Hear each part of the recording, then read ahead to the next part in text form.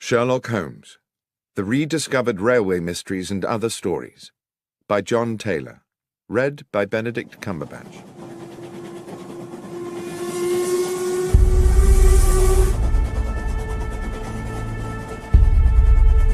An Inscrutable Masquerade.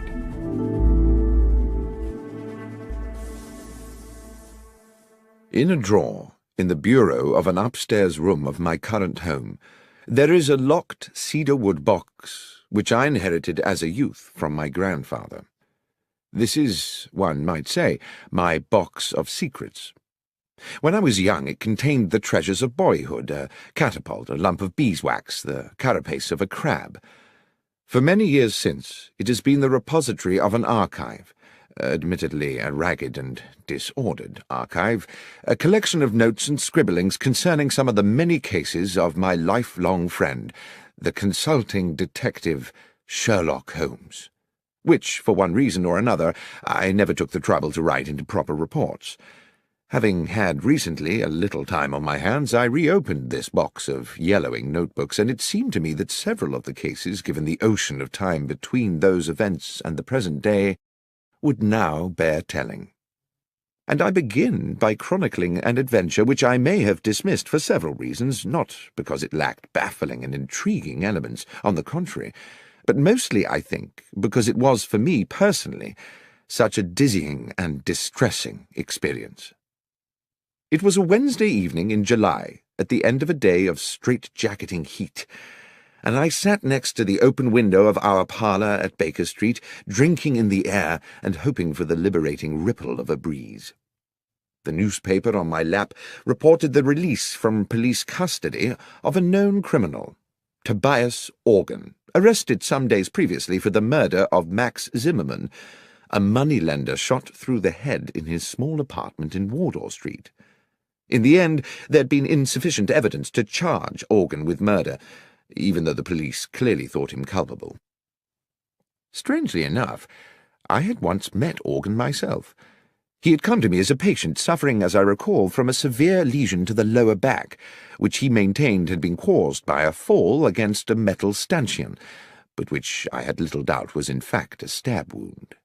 My diagnosis was supported, I believe, by his barely veiled threat that I should under no circumstances make known his injury to anyone else. He had an unforgettable, menacing way with him, and I had felt immense relief when he left my surgery. I'd been looking forward to discussing the Organ case with Holmes, who would certainly have some views on the subject, but when he finally appeared for dinner he was irritable and uncommunicative, and from these symptoms I guessed him to be in the process of some taxing mental work. All the same, I had no wish to sit out the meal in silence. "Stifling weather to be out and about, Holmes," I said, peppering a slice of beef. "Indeed, Watson, and equally stifling to be in." He busied himself with cutting into a potato. After a while I said, "I've not seen you today. I presume you were somewhere on business." "Yes, Watson, I was." Another pause, the chink of cutlery. "Somewhere local?" "Somewhere very local, Watson. I'd expect you'd like to know where." "Well, I've no wish to be intrusive." "In the basement. I've been all day in the basement of our house, and since your desire not to be intrusive is clearly struggling against your overwhelming curiosity to know, I will tell you why I was there." And he paused and smiled, "in the full confidence that you will not breathe a word to a soul about it." "Why, Holmes, of course not, and on the understanding that if I do tell you, you will not be able to leave this house until my work is complete." "What?" I put down, almost dropped, my knife and fork. "You don't mean not leave at all?" "That's precisely what I mean. So it may be that you would prefer to forego my secret rather than consent to becoming a prisoner here for what might be several days." Hopelessly intrigued, I gave no thought to the discomfort of being shut indoors in this sultry heat, no thought to the boredom, not even any thought to the fact that I had appointments in my diary. "I'm prepared to abide by your request, Holmes." He stood up from the table, his meal unfinished, and went across to the hearth to retrieve his pipe and tobacco pouch. As he filled his pipe and lit it, he sank into his armchair. "I believe you have been preoccupied with the case of Tobias Organ, Watson." Yes, it has been on my mind. How? You twice left the newspaper open at that page. The moneylender Zimmerman, a legitimate businessman with a wife and young children, was murdered with an army rifle. The police have many reasons for believing Tobias Organ to be guilty of the crime, and one of these is that he owns an army rifle. Organ, of course, denies that his firearm is the murder weapon. Well, yes, I said, one would expect he would. But suppose, said Holmes, suppose there was a science which could with certainty tie a bullet to the gun which fired it. Well, that would be marvellous, I said. But there isn't, is there? Well, Watson, let us say that such a science is seminal. It is exactly this problem which I am wrestling with at present in the basement of the house. I've set up a laboratory of sorts down there where I can conduct some experiments. Progress is promising, and if the results are as I expect, they will certainly send Tobias Organ to the gallows. But Organ is an utterly ruthless villain, undoubtedly guilty of a number of murders, but devious enough always to palm them off on others. If he were to gain even an inkling of my work, we would be in the utmost danger. I can see that you would be in danger, Holmes, but how might I be? As I say, Watson, Organ is ruthless. To get at any enemy, his favourite trick is to abduct someone close to his adversary, often with, I'm afraid, horrific consequences. You know too much now, and since I'm not prepared to put you at risk in that way, I fear you must sit it out in these apartments. You must not answer the door, you must stay away from the windows, no visitors. You must lead the life of a prisoner until such time as this matter is settled. Well, I said, it might be good for me. I have a medical paper to write, and the period of confinement might induce me to keep my nose to my studies. Excellent, Watson. I'm sure your sacrifice will not be in vain. I really did not see myself sacrificing very much at all. I spent the evening cancelling all appointments of the following week, and went to bed rather looking forward to a few days of fruitful incarceration. The morning found me in a hopeful mood in what appeared to be an empty house. Holmes, I presumed, had already descended to his basement laboratory. Our landlady, Mrs. Hudson, had left me a pleasant, cold breakfast, an indication that she herself had had to leave the house early. The day, while already warm and bright, had not yet begun to turn oppressive. The clock over the hearth ticked slowly as I settled down to my books, experiencing for the first time since my student years some of the quiet ecstasy of study. By midday, the room had become hot. My concentration meandered, and thirst plagued me. I wandered downstairs to Mrs. Hudson's apartment and found her still absent, so I proceeded down to the basement to ask Holmes whether he knew what arrangements had been made for lunch. The door to the basement was shut, and when I tried the handle, I found it to be locked.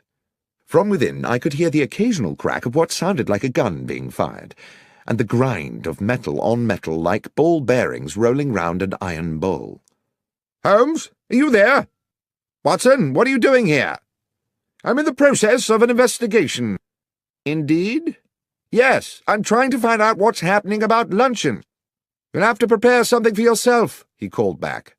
"I'm afraid I've sent Mrs. Hudson away. I cannot risk the lives of innocent people. And Watson, be so good as to keep away from the basement. Confine yourself to our own rooms and to the kitchen. There's a good fellow." "Very well, Holmes, but—" "Yes?" "I really would very much like a newspaper." "I'm afraid you must do without. Neither of us can take the chance of leaving here until this business is complete. Now, please, let me get on." I trundled to the kitchen. I managed to find myself some bread and cheese, which I took back upstairs. Our rooms were now very hot, and since I was forbidden to sit near the window, I ate my luncheon over my books, dropping crumbs into the creases of Gray's Anatomy and beginning to feel restless. After lunch, I managed to force myself to a little more work, but by 3 o'clock had fallen asleep in the armchair. I woke to hear the sounds of evening traffic moving along Baker Street. I listened with something like envy to the busy hubbub of those who were free to come and go, who had families to return to, and simple feasts awaiting them at convivial tables. My lot seemed bleak by comparison. Holmes did not emerge from his infernal basement, and Mrs. Hudson did not appear with an evening meal. I cannot recall how the rest of the evening passed. The heat absorbed during the day by London's pavements now radiated back to thicken the evening air. The world outside, of which I had no news, became gradually silent, and I, hungry and disconsolate, went finally to bed.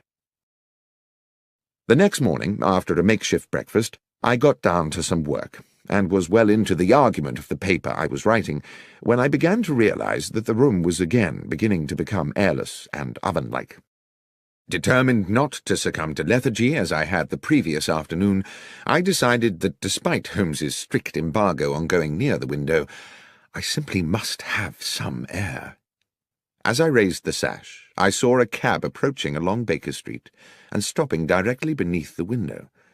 The passenger who stepped out was Nicholas Cartwright, an old university friend now writing for the Times. I hadn't seen him for a couple of months, and he seemed about to pay a surprise visit. Desperate as I was for company, I could not forget the promise I had made to Holmes to admit no visitors. The doorbell rang. My first idea was to wait for Cartwright to give up and go away, but there quickly came a second ring, and with it a call from the street through the now open window. "Watson!" A note of anxiety in his voice, suggesting that all was not well. Cartwright was a good friend. I did not see how I could linger there pretending to be deaf when he might be in need of my help. I dashed down the stairs and opened the front door. "Watson, so pleased to have found you." The statement immediately struck me as odd, as did Cartwright's whole demeanour, but mindful of the proximity of Holmes in his makeshift laboratory, I whispered, "Look, old chap, odd things are going on. Come up, as quietly as you can. I'll explain there." A sudden sharp crack issued from the depths of the house, and I hoped that, preoccupied as he was, Holmes would have no inkling of the presence of my visitor. As we entered the parlour and shut the door, Cartwright said, "Watson, I've been worried about you. I didn't even know if I'd find you here." "Worried?" "Yes. The story in the Gazette regarding yourself and Mr. Holmes. Did you know it was in the papers?" "Cartwright, I haven't the least idea what you're talking about, and as for newspapers, I haven't seen one in days. Here." He tossed me the paper, open at about the third or fourth page, and I read the following headline and accompanying article. "Sherlock Holmes and Dr. Watson part company?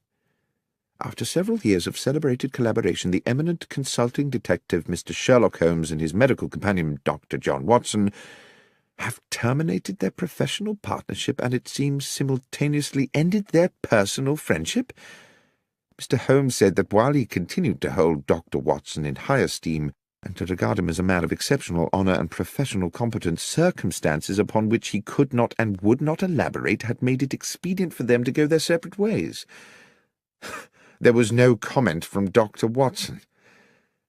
I stood for a moment, holding the newspaper and averting my gaze from Cartwright. Who had written this? Did Holmes know about it? Was there some truth in it? Was Holmes's exile to the basement a way of keeping me at bay while he found alternative lodgings? "This is today's Gazette?" "Yes, Watson. I see you knew nothing about this." "Am I speaking to you as a friend, Cartwright, or as a journalist?" "Well, I suppose, unfortunately, as a friend, John. I say unfortunately because this is clearly a damned good story. But if you wish to talk to me off the record, so be it." "Off the record, then. I know nothing of this, and I don't know whether Holmes has had a hand in it. He's conducting some very secret business at present, and possibly it's connected to that. That's all I can tell you, I'm afraid." "One thing does baffle me," Cartwright said. "How did the Gazette get the story without us getting it too? Anyway, I won't make anything of this, John, until you give me the go-ahead. But I hope if there does turn out to be an exclusive—" "You'll be the one to get it," I said. "Thank you, Nicholas." I saw him down the stairs and closed the front door behind him, finding myself relieved that he had gone. I had no idea that I would be seeing him again soon under even more peculiar circumstances. But determined that now I must confront Holmes with this business, I knocked on the door of the basement. "Holmes?" A long silence. "Holmes? We must speak." "Not now, Watson." "Holmes, there's something I must discuss with you urgently. Something in the newspaper." There was a scuffling and the basement door opened. "Newspaper? How did you get a newspaper?" Cartwright called. He'd seen an article— Yes, Holmes interrupted. Yes, the article. I dare say you would appreciate an explanation. Give me half an hour. A little later we sat opposite one another in our sitting-room. The evening was still close and oppressive. "The newspaper article," said Holmes, "was an unfortunate necessity.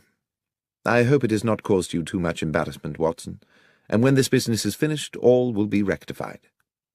"But why," I said, "report us as having quarrelled?" "Bear with me, Watson, I beg of you. As you know, I have tried to keep my work here secret, but how certain can one be of that? The police are involved in these matters and are aware of my experiments, and who knows whether some junior or even senior member of the force is not in league with that utterly ruthless villain. Now, having been alerted to that newspaper report, might it not be the case that Tobias Organ would assume that you were no longer in London? At any rate, he would certainly be likely to assume you were no longer sharing these premises with me." "You gave the story to the Gazette to protect me?" "Yes, Watson. That was my purpose." "I just wish that you'd consulted me first." "You were not supposed even to know about it, Watson. And if you had not had a visit from Cartwright, you would never have seen the article. It was unfortunate that he came when he did." "It was the article that brought him." "Yes, a miscalculation on my part. Now, it is late, work to do tomorrow, and I must insist on extracting from you another guarantee." "What's that, Holmes?" "That you will not, under any circumstances, interrupt my work again. It's all very delicate, and a disturbance at an inopportune moment could ruin everything. Is that clear? Not under any circumstance." That night I lay awake in the muggy heat, the bedclothes pulled back, and grieved for what I calculated to be the death of my reputation. At least I imagined that's how the world would see it, or at least that portion of the world that reads the London Gazette. Holmes and Watson have parted company, but there is no comment from Watson, only a nobly worded valediction from the great detective. Such bitter thoughts polluted my restless waking and tormented my subsequent dreams. And added to all this, there lay a sense that things were still not clear, that something crucial remained unspoken. I woke early, but exhausted. Without going near the window, I took in what I could of the wakening day. The street was quiet. I dressed slowly and descended to the kitchen to find something to eat. The rattles and sharp cracks of Holmes's experiments had already come to life below in the basement, and I wondered whether he had even bothered to go to bed. I was making a pot of tea when the doorbell sounded. The noises from the cellar did not pause, so I assumed that Holmes had not heard the bell. I could see nothing of the front of the house from the kitchen, but after I had taken a few steps up into the lobby, it became clear by means of a side window that the visitor was once again Nicholas Cartwright. I went to the door and admitted him. "Cartwright?" "What's going on, Watson?" "What do you mean?" "I mean, what game is being played here?" "Cartwright? I've no idea what you're referring to. You better come up." He was, I could tell, steaming with anger, though I had no idea what I could have done to arouse it. He would not sit. He stood with his arms behind his back, a man preparing to deliver an accusation. "You told me you were inescapably confined to this house?" "Yes, Cartwright, and so I have been. This is the third day." "Excluding yesterday night, you mean?" "No. I was here yesterday night, too, tossing and turning in my bed at the thought of my ruined reputation." "Watson, see here. Yesterday you prevailed upon my friendship by confiding in me matters which, as a journalist, I considered more than worthy of publication. Had I known that you were deceiving me—" "Cartwright, you have my word I was not deceiving you. I have not left this house since Monday afternoon." "So you have a twin brother?" "No, I do not." "Then please explain to me who was the man outside the restaurant at Marylebone Station at 5 past midnight?" "I take it he resembled me." "More than resembled. I do hope you're being truthful with me, Watson." I could see that his suspicions were not allayed. I even began to wonder whether my restless period of waking the previous night had itself been a dream, and whether I had been sleepwalking.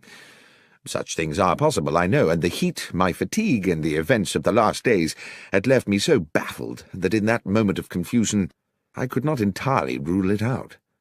"What happened," he said, "was that I was walking through the station concourse when I spotted you by the wall of the restaurant, which by then was closed, talking to a man in a brown felt hat.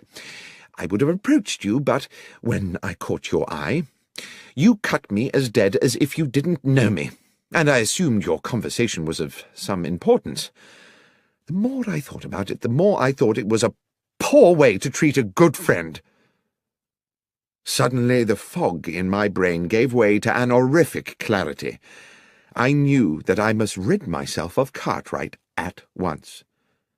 "Thank you for telling me this," I said. "It is of the utmost importance. But, Nicholas, and I pray you won't take this amiss, I must ask you to leave." "To leave?" "Please. This is a fearfully serious business. There is real danger." "You're not just trying to get me out of the way, Watson?" "That's exactly what I'm trying to do, Cartwright, but for a very good reason. Believe me, you will have your story." "Very well, John, very well." At the front door he patted me amiably on the shoulder. I shut the door on him and leaned against the wall, trying to get my thoughts in order. Holmes had instructed me not under any circumstances to trouble him again, yet this situation was possibly critical. If Tobias Organ had hired some impersonator to look and sound so like me that even Cartwright, who had known me for years, could be convinced, then Holmes might also be deceived, and then what power they would have in their hands. If I could not speak to Holmes, I could at least alert him by other means. I ran up the stairs with the idea of writing a note which I could slip under the basement door, but as I reached our rooms, I heard a cry from the street. Without thinking, I ran to the parlour window. 100 yards southwards along Baker Street, 3 men were struggling. 2 of them were bundling the third man into a cab against his will. It was Cartwright. I dashed down the stairs and ran into the street. The driver of the cab had already whipped up the horse and moved off at a lick, but I gave chase, fury and outrage fueling my progress. I pursued them for a good half a mile until eventually they outpaced me, and I stood gasping for breath outside St. Vincent's Church. I sat on the pavement. I needed Holmes's help. The transgression of a broken promise was a trivial thing, surely, in the context of this appalling incident. I would go to him immediately. Aware that, in the haste of my pursuit, I'd left the front door of the house open, a new anxiety overcame me. Clearly this kidnap was the work of Organ's ruffians, and who was to say that they would not take advantage of an open door? I trotted as briskly as I could back to Baker Street. But the door was no longer open, and on such a close and windless day I thought it unlikely it had been closed by a draught. The horrible thought occurred to me that someone may have already got in, and then everything seemed to tumble into place. Cartwright's abduction had been intended to draw me out of the house so that the man masquerading as myself could gain entry. Holmes would be unaware of this.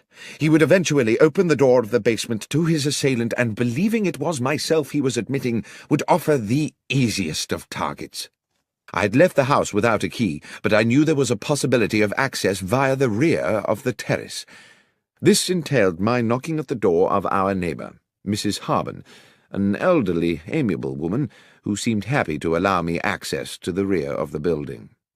Here I was obliged to scale a wall to the yard outside the back of our own dingy basement, the front room being that which Holmes had taken for his makeshift laboratory. There was no light within. I opened the door with infinite slowness. The noise of Holmes's experiments seemed to have stopped. The door that connected this room to the front half of the basement was 6 or 7 short paces away, but it was too dark to see whether the bare floorboards were liable to move and groan when I trod upon them. I tested each step before lowering my weight, and moved with the floating motion of a rather overweight pantomime artist. 1, 2, 3. Then there was movement behind me. A hand was clamped across my mouth and an arm locked around my throat. The grip was expert. I could not breathe or move. The hot breath of my assailant in my ear whispered, "Doctor, do not cry out. I'm going to release you and you will turn round slowly and face me. You must not make a sound. Tap my hand if you understand." I reached up to the hand around my throat, and obediently I tapped it. The arm released me, and as quietly as I could I took a deep draught of air, turning as I did so.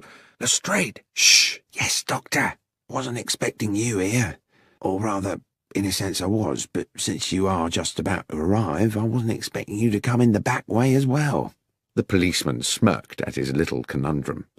"Will you explain to me," I began, "what on earth you mean?" "Not now, Doctor," he said. "Glad you're here, though, sir. An additional pair of ears.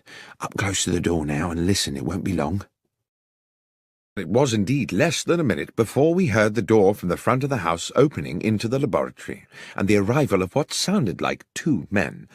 The door was closed with a thump, and a gruff voice said, "So this is it?" "Yes, this is where he's working." There was something familiar about that second voice. "And he won't be back for a while?" "No. Half an hour, I should think." At that moment, with a shock, I recognized the other voice. It was my own.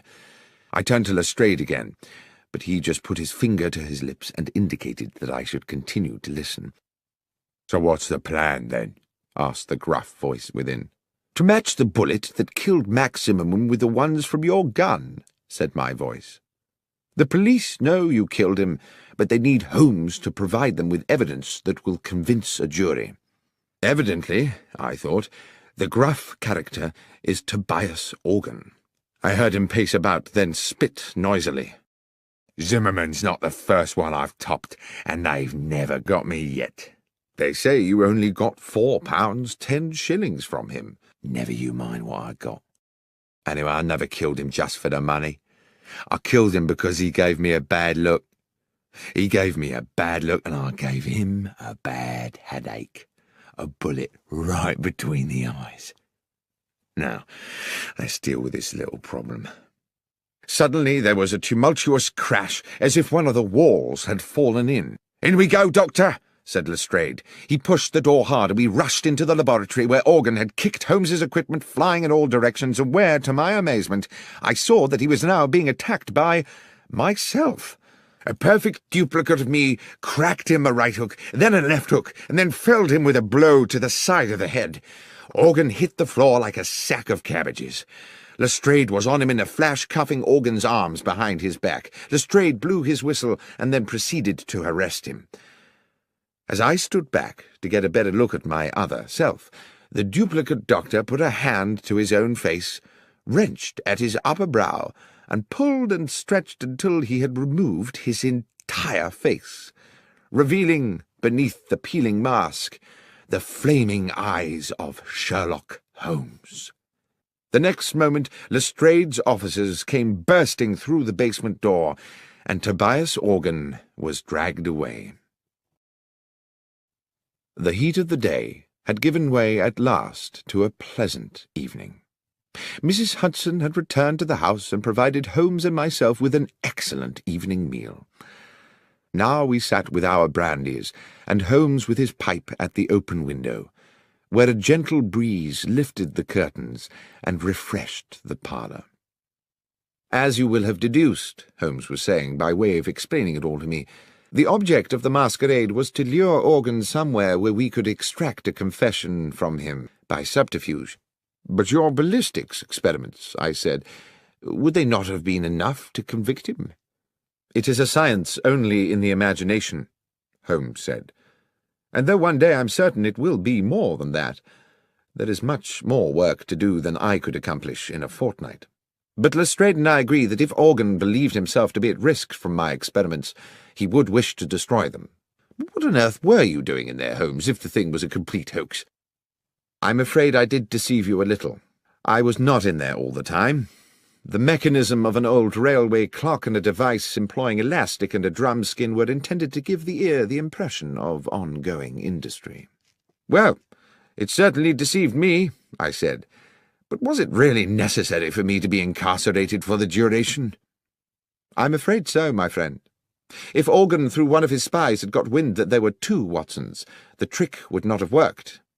What's more, it was necessary for him to believe that you and I had quarrelled, and therefore that the good Dr. Watson might be in the market for a bit of betrayal. Unfortunately, your friend Cartwright saw me meeting Organ's accomplice at Marylebone Station, and almost let the cat out of the bag. It was necessary for us to put him somewhere safe. Lestrade's men kindly subjected him to a temporary and very comfortable period of kidnap. It was you who had him dragged away." "Yes. I had not calculated that you would follow him, of course, or that you would be locked out and find yourself clambering in through the back. But it turned out well. You will make an additional witness for the prosecution." "Do you think they'll convict him?" "Oh, yes, Watson.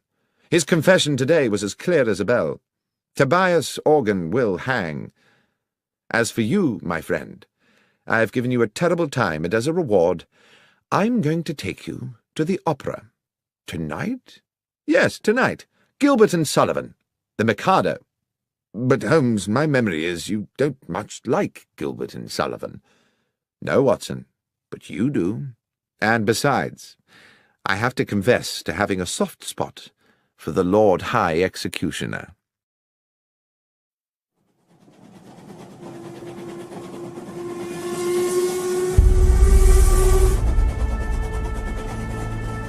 The Conundrum of Coach 13.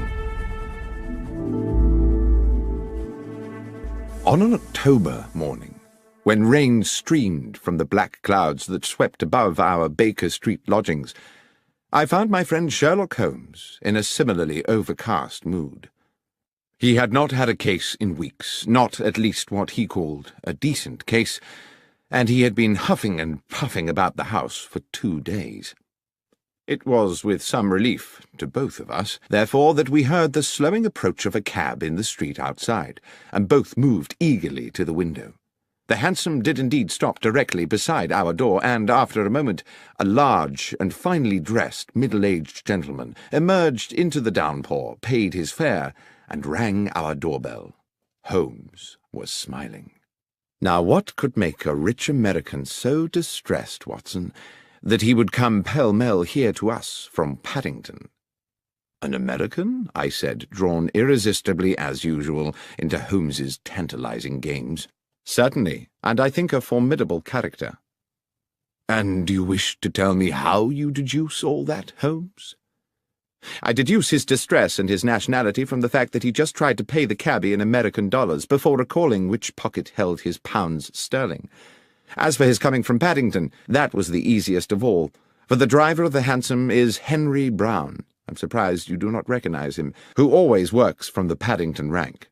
As ever, Watson, I apologize for the banality of these observations, but you did ask." By now there were footsteps on the stairs, as Mrs. Hudson escorted the visitor to our apartment.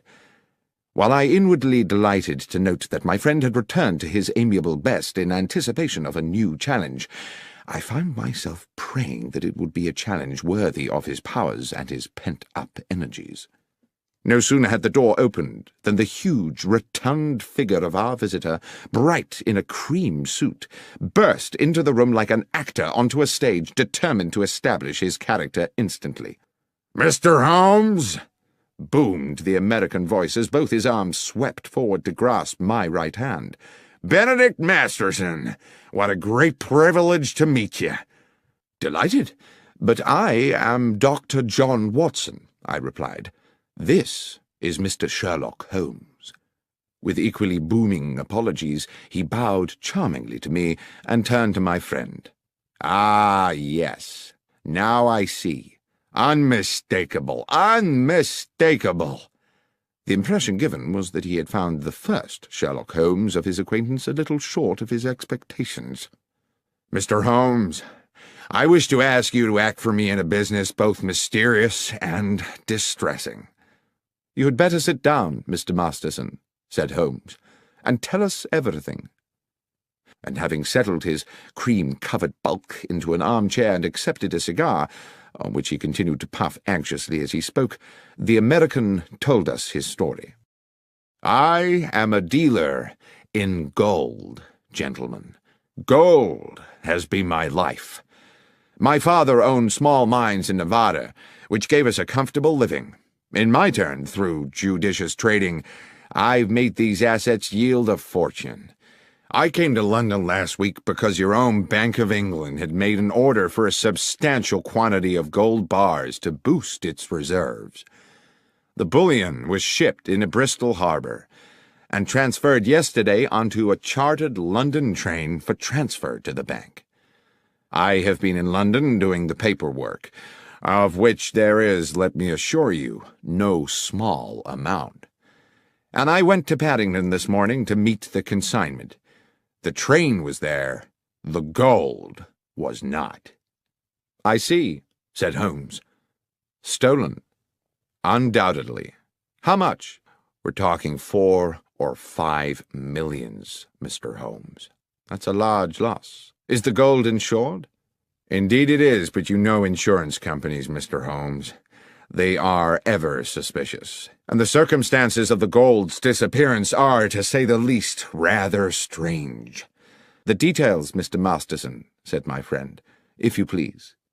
"Well," continued Masterson, tapping a thick cylinder of ash into the ashtray, "I'd asked to commission an overnight train, and also insisted that it be discreet, not armored or escorted, or in any way having the appearance of a specially secured conveyance. I was offered the charter of a passenger train which returns empty from Bristol to London once a week, and which railwaymen jokingly call the Bad Luck Special, not because anything has ever happened to it, but because it normally consists of 13 empty passenger coaches, as indeed it did on this occasion. I insisted that the gold be packed in steel containers, each locked with a unique key. You will appreciate that gold itself, gentlemen, is a weighty metal, so each box contained only as many bars as would enable the containers to be carried. In order to prevent the possibility of them being removed from the moving train, I ensured that while they were small enough to go through the open carriage door, they were too large to pass through the windows, even with the windows slid down to their largest aperture. I then arranged for the doors of the bullion carriage to be locked from the outside so they could not be opened until the train reached London. The train was empty then, apart from the driver and fireman of the locomotive? No, Mr. Holmes. It is railway practice for all trains to have a guard. A practice I was very happy to comply with, since it meant my consignment would have an overseer throughout its journey, and to this end all the steel cases were loaded into the last coach of the train, coach 13, where the guard could keep a constant watch on them. The man employed for the job was a Mr. Lyons, Mr. John Lyons, a mature and trusted employee of the railway company. Here, strangely, Mr. Masterson stopped and smiled.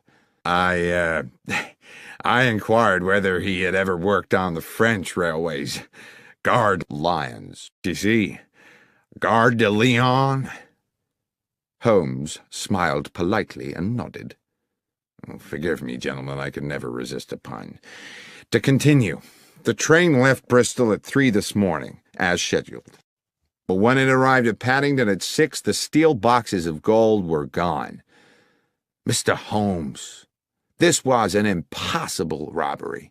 The train stopped only once for a minute or so to take on water. Hardly time to unload a single box of bullion, let alone 100 of the darned things, weighing in at 150 pounds apiece. And the guard? Asked Holmes. Lyons claimed that he fell asleep somewhere into the journey and woke to find the bullion disappeared. He's being held at Paddington along with the driver and engineer, but all ardently protest their innocence. And with regard to other suspects, can you think of anyone in your organization who might feel inclined to take advantage of you? Masterson pinched his lips and looked embarrassed. Well, if I may confide something to you in the strictest confidence, my estranged wife, Laura, still has shares in the company. She believes that she should have more. There is some bitterness in this regard. However, I know Laura well enough to doubt that she is a thief. My friend simply said, "Thank you, Mr. Masterson. I will certainly take the case on. Would you be so good as to wire Bristol and inform them that Dr. Watson and I are on our way?" "I will, sir. You mean to go there today?" "Indeed, yes, as soon as I have made a check or two at Paddington Station." "Well, I surely thank you. I can think of no better hands in which to leave the case of the bad luck special than those of Mr. Sherlock Holmes." Holmes did not smile. "I never leave anything to chance, Mr. Masterson. Perspicacity and reason are the tools I employ." "Forgive me, Mr. Holmes. As I say, I am fatally attracted to puns." "We will keep you in touch," Holmes said, "with all developments." Within half an hour we were at Paddington, but before boarding the Bristol train, Holmes wished to make certain that the so-called bad luck special was secure. The train had been shunted into a siding, and we were relieved to find that police responsibility for the case had fallen to Inspector Stanley Hopkins, a young but ambitious detective with whom Holmes and myself had had numerous dealings in the past. Hearing that we were being engaged by Mr. Benedict Masterson, the inspector agreed to watch over the train and make sure it remained undisturbed until our return to London. It was still raining when we arrived at Bristol, where we met the station foreman, George Willits, an amiable man in his 50s, who gave the comforting impression of having been in his job for a lifetime and knowing the whole business inside out. Willits had been on duty the previous night and took us directly to the goods platform from which the bullion train had left. Though he did his best to be of assistance, he looked painfully weary. "I apologise to you gents for my appearance," he said, "but I was on night shift last night seeing out the special. I was just about to go off when the message came from London about the theft, so I've not yet been home to bed." "We won't keep you long, Willits," Holmes said. "I understand you were here when the bullion boxes were being loaded."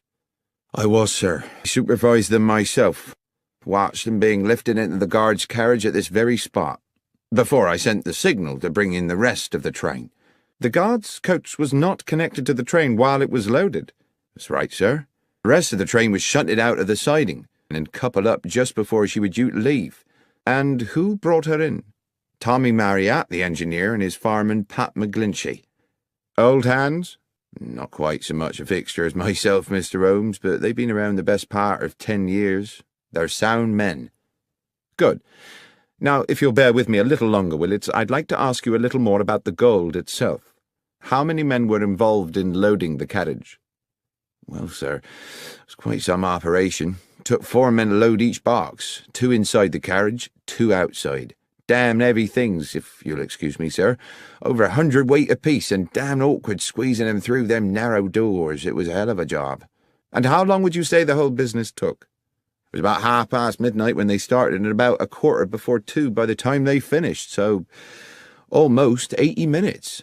"And after it was loaded, was there any delay before departure?" "No, sir. The rest of the train, as I say, was reversed in from the siding. John Lyons, the guard, got aboard, and the door of the guard's coach was locked from without, sir, as per our instructions."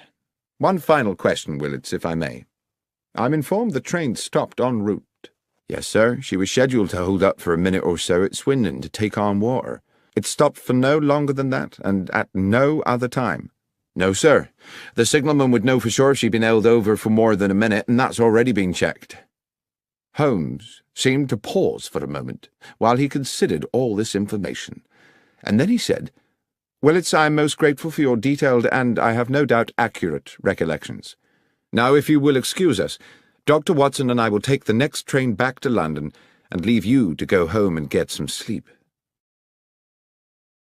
Inspector Hopkins was at Paddington when we arrived, and Holmes immediately requested that he arrange for us to speak to the railwayman who had commandeered the bad luck special on the previous night, Marriott and McGlinchey, the engineer and fireman, and the guard, Lyons. In a dark office of the railwayman's quarters, on one of the grimmer outer platforms of Paddington Station, The three men sat disconsolately on rickety wooden chairs. It occurred to me that they had by now been detained in this dismal place for several hours, and when Holmes and I were introduced to Lyons, he barely had the energy to nod to us. But he did speak, his words almost drowned in the muffler which half covered his mouth. "I dare say you think me a thief, Mr. Holmes, from what you'll have heard.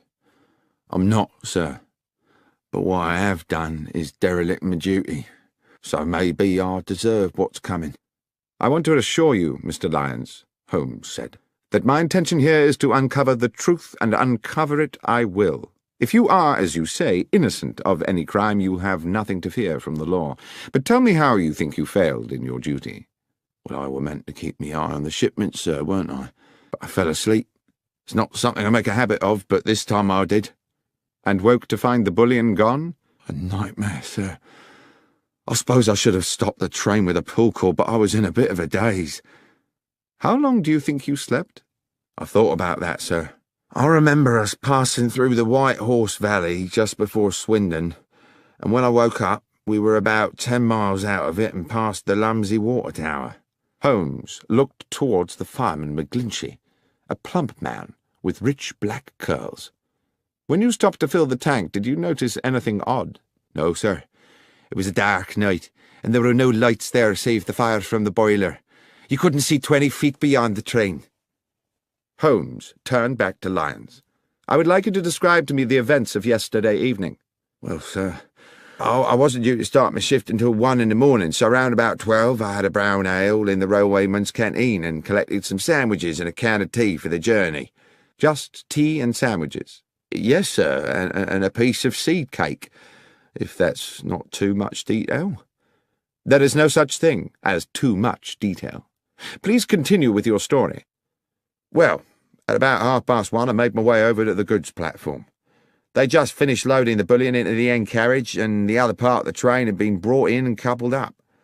A gentleman in a suit gave us final instructions. To the engineer and fireman Tommy and Pat here, he said the train was cleared to London, with just the one brief water stop, which was under no circumstances to take more than 3 minutes, and if there should be an emergency, they weren't to leave the cab. At that point, they locked me in with the gold, and at exactly 2 a.m. we were on our way. About a half hour after, I had me sandwiches and a few swigs of tea. It were a clear night, and I sat by one of the windows and watched the stars, contented with everything, sir. That's when I must have dozed, and, well, what happened after that, you know." "Thank you, Lyons," said Holmes.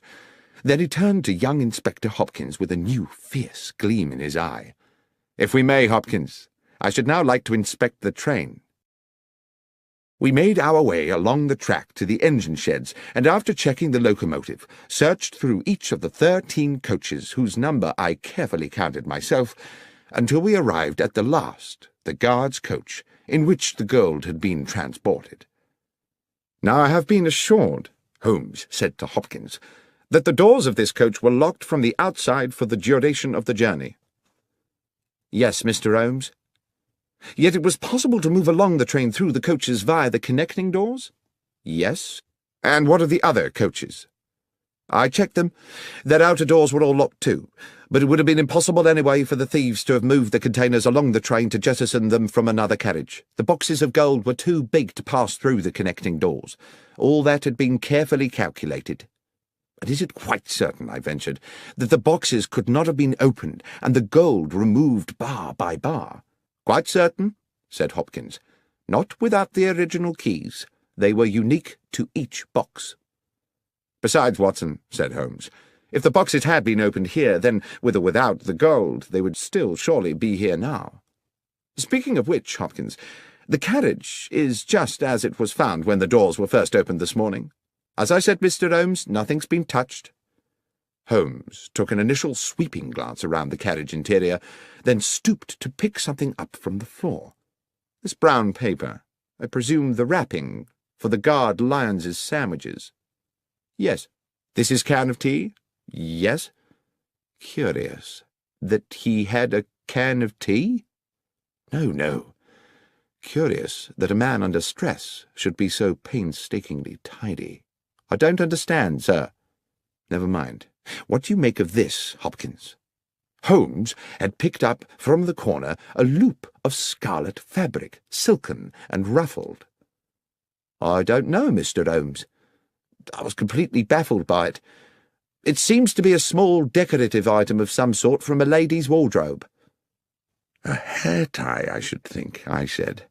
How might it have got here? I don't know, Doctor, I'm sure. But I suppose it's theoretically possible that someone might have concealed herself in another carriage. Holmes had put the object to his nose. There is a perfume to it, he said, but faint, as though it had not been worn for some time. Could it belong to the thief? I asked tentatively. Possibly, said Holmes, though I think that might have been a thief too many. He stooped to replace the scarlet fabric on the floor of the carriage. I think we are close to a conclusion, Watson. Hopkins, I should like to talk to the guard lions again, and to the driver and his fireman. Please make sure that there is at least one other police officer present, and we must be sure to invite Mr. Benedict Masterson to our little denouement, since he's been kind enough to pay the fee for this investigation. By the time Masterson arrived, the clock was approaching 9, and we sat in the old mess-room bathed in dingy yellow gaslight. The rain rattled ceaselessly on the roof and windows, and, when we were all assembled, the 3 weary railwaymen, along with Benedict Masterson, Inspector Hopkins, a junior officer, and Holmes and myself, the gathering became hushed and expectant. Masterson said, "Well, this has certainly been a baffling business, Mr. Holmes. But I assume we're here because you've picked up some clues along the way. You are certainly a man equal to his reputation, sir. The inspector mentioned a red silk trinket of some sort." "Yes," Holmes said. He produced the item from his pocket. "This piece of perfumed fabric. The clear message is that someone was concealed in the carriage with the bullion." "I see. And moreover," I put in, "that the concealed person was probably female." Masterson appeared a little shaken.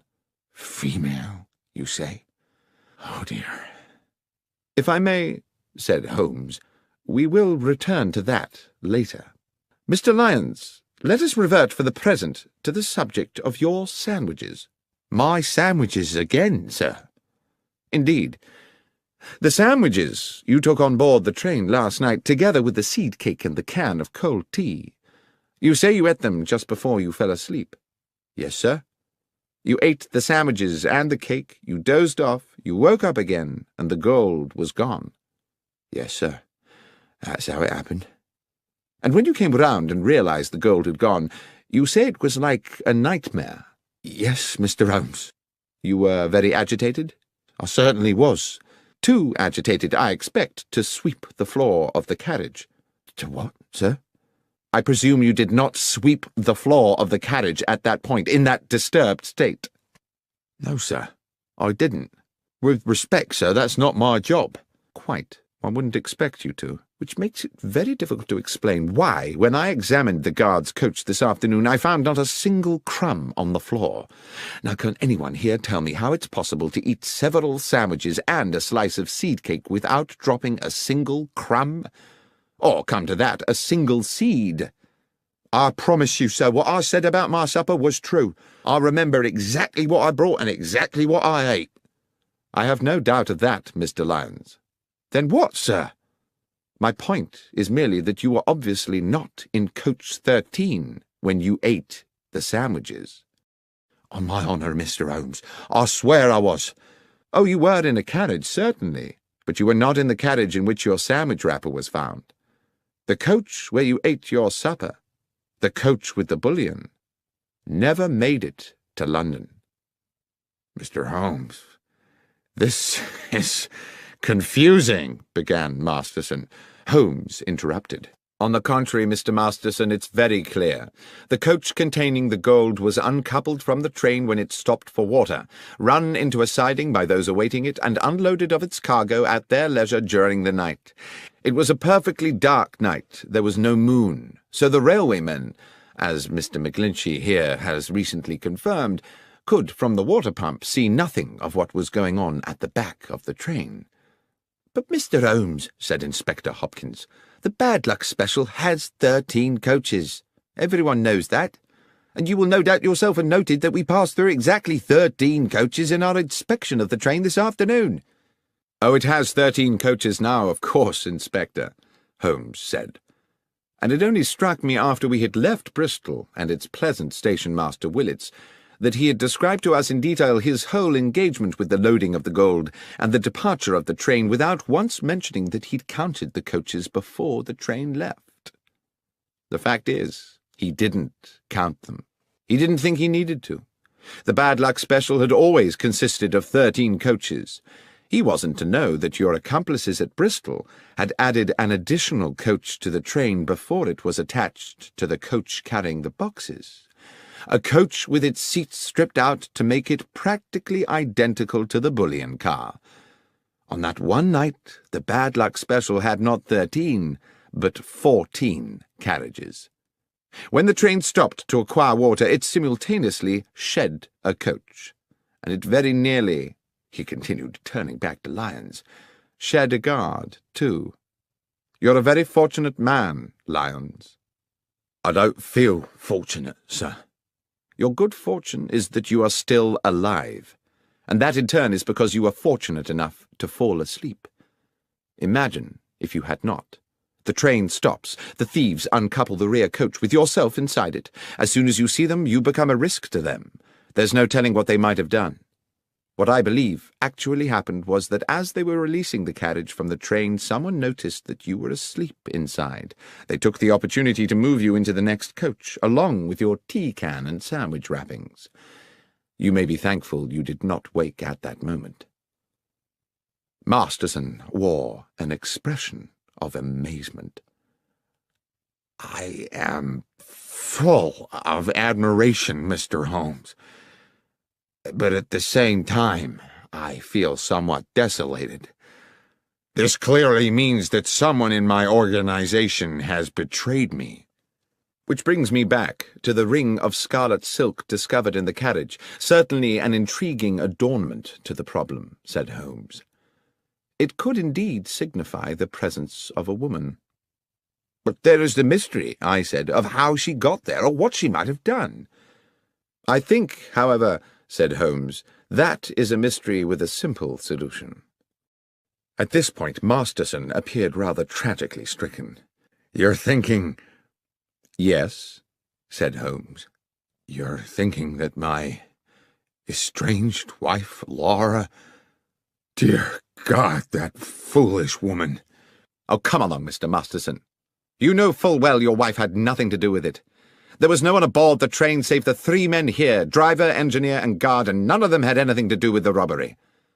The 3 railwaymen looked at one another as though they had suddenly had revealed to them their entitlement to a joint fortune. "As for the thieves," said Holmes, "they are to be located somewhere nursing a hoard of bullion, apart, of course, from their paymaster, who is sitting here with us. Is that not so, Mr. Masterson?" Masterson blustered and steamed. He was outraged. This was absurd. "How dare you, sir? What evidence have you for such an outrageous suggestion?" "I had misgivings from the beginning. I could not understand why you came to me so quickly after the theft had been discovered, when you had so much else to deal with. I see now that you were at pains to demonstrate to the insurance company that you were doing all in your power to recover the bullion because, of course, if you could have both the gold and the insurance money, you would have considerably augmented your fortune.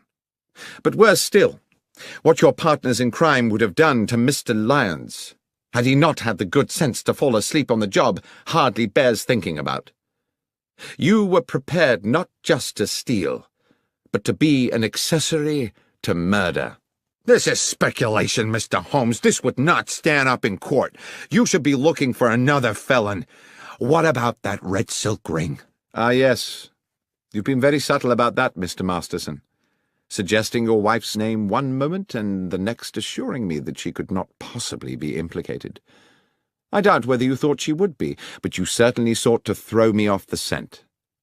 What was that item, if not a red herring? And is that not, for those who like to play games with words, another way to say a red herring? What fun you no doubt planned to have with that joke, Mr. Masterson, had you got away with this business. Now it seems the joke is on you. That was one pun, Mr. Masterson, which you would indeed have done better to have resisted. But whether justice was fully done is a moot point.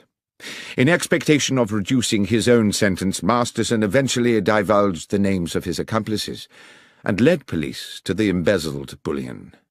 And although he was committed to prison for several years, it was clear that once his sentence was served, he would continue the life of a wealthy man. "I can't understand," I said to Holmes a couple of evenings later, "why you seem so damnably happy." "A man is never more content, Watson," he said, "than when doing well what his nature has fitted him to do. On which thought, will you pass me the tobacco pouch? I think we should indulge ourselves in a brace of good pipes."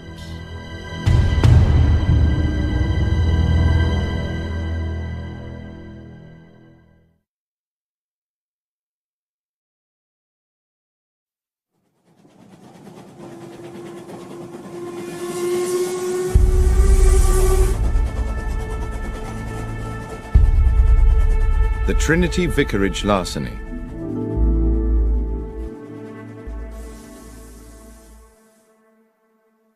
One fine spring morning, Sherlock Holmes and I received into our rooms a portly gentleman in a purple dress. That at least is how it momentarily appeared to me, as I glanced up from the Daily Chronicle at the open door. The purple gentleman, it transpired, was the Right Reverend the Lord Bishop of Kent, an old acquaintance of Holmes, and he had brought with him, as so many of our visitors do, a problem that was clearly causing him some agitation. Mollified a little by coffee and a cigar, Bishop Spriggs needed no prompting to divulge his story. "The nub of my problem, gentlemen, is an unfortunate young priest. A young man of promise and talent, very popular with his parishioners, who has inadvertently got himself into deep water." "Intriguing," said Holmes. "You may recall," the clergyman continued, "that Trinity Church in the Kent village of Hatchingham was last year in the news because of an exceptional discovery." "Of course," I said. "A silver chalice of considerable worth was discovered in the crypt." "Yes, Dr. Watson. A magnificent medieval relic, the so-called Hatchingham Grail, weighing some 22 pounds. With my approval it was sold to the British Museum, with the idea that a good portion of the proceeds would go towards restoring Hatchingham Church. The Reverend Kingsley, pending the beginning of the building work, had locked the money up in the church crypt. It was stolen yesterday. Holmes, you can imagine what an outcry there'd be if this found its way into the papers. It would be bad for Kingsley and the Hatchingham parish, and goodness alone knows what it would do for the reputation of the church. At any cost, the money must be recovered and the thief put away. And I mean any cost, Holmes." "Let us not concern ourselves with fees just yet," Holmes said.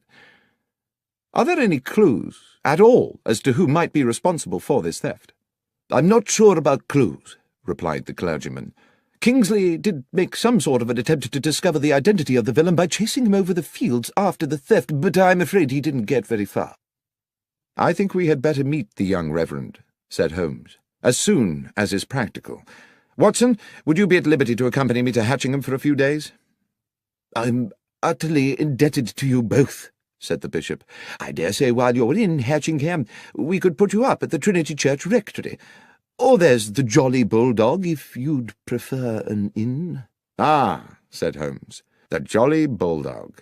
Now that sounds like just my kind of animal."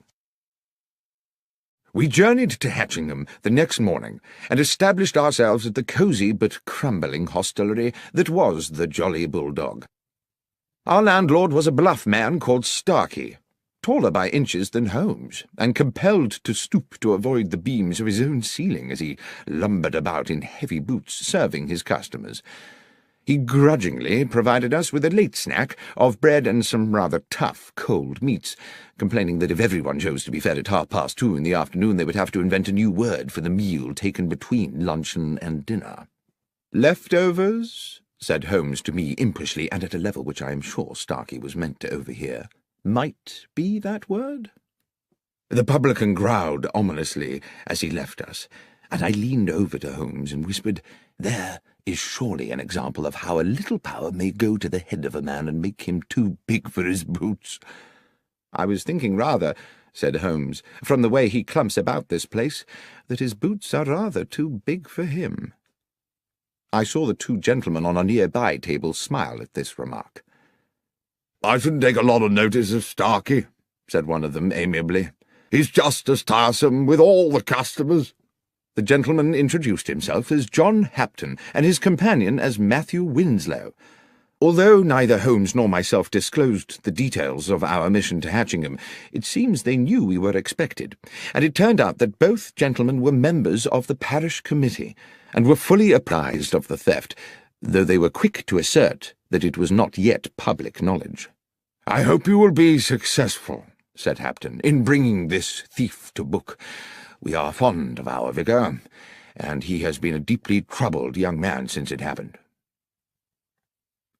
The Reverend Kingsley's house was accessed from Hatchingham Lane by a short stone path. A few steps beyond the vicarage stood the church, with, on the west side, a moderate-sized graveyard. On the other side, with its own access to the lane and shaded by a handful of fruit trees, stood Cherry Cottage, which we would later discover to be the residence of the verger and his wife. The Reverend Kingsley was a man in his early 30s, small in stature but of good looks, his clerical dress the quintessence of neatness. While clearly stricken by his predicament, he remained calm and articulate, and did his best to make us welcome in a pleasantly appointed parlour whose deep-coloured, thick-piled carpet and embroidered cushions evidenced a delicate sense of taste. "It's a relief to see you, gentlemen," he said. "The bishop told me all about you, about your many successes in solving complex cases. The problem, as you know, is that while we saw the thief escape, we were unable to establish his identity. However, there are one or two factors which, though they seem opaque to my own consideration, might prove illuminating under your own, if I might show you." "I would be most grateful, Mr. Kingsley," Holmes said. "First, though, I see that you have recently held a meeting in this charming room. I presume that apart from the 3 other gentlemen present, the 4th was yourself? You keep the side chairs in another room, I take it." "Good Lord, how did you know all that?" "Oh, it's a simple matter. The carpet beside the window has indentations of 4 chairs, and therefore I presume 4 people, but there are no chairs in the room whose feet would match." "Well, yes, you are, of course, quite correct," said Kingsley with a broad smile. "The parish committee convened here just yesterday, as we do each week. Yesterday was the day I broke the news that the Grail money had been stolen, and I hope that that news will remain privy to the committee members until such time as the thief is caught, but—" The vicar paused, and Holmes said, "Please, go on, Mr. Kingsley." "But," continued the young clergyman, "the gentlemen on the parish committee are the same 3 who sat here 2 weeks ago, when I revealed that the money for the Grail was in the crypt of the church. Only they and I knew of the fact, you see, so I can no longer be as confident as before that they are all honest men, which is a most unfortunate thing." "It was all in cash, I presume," Holmes said.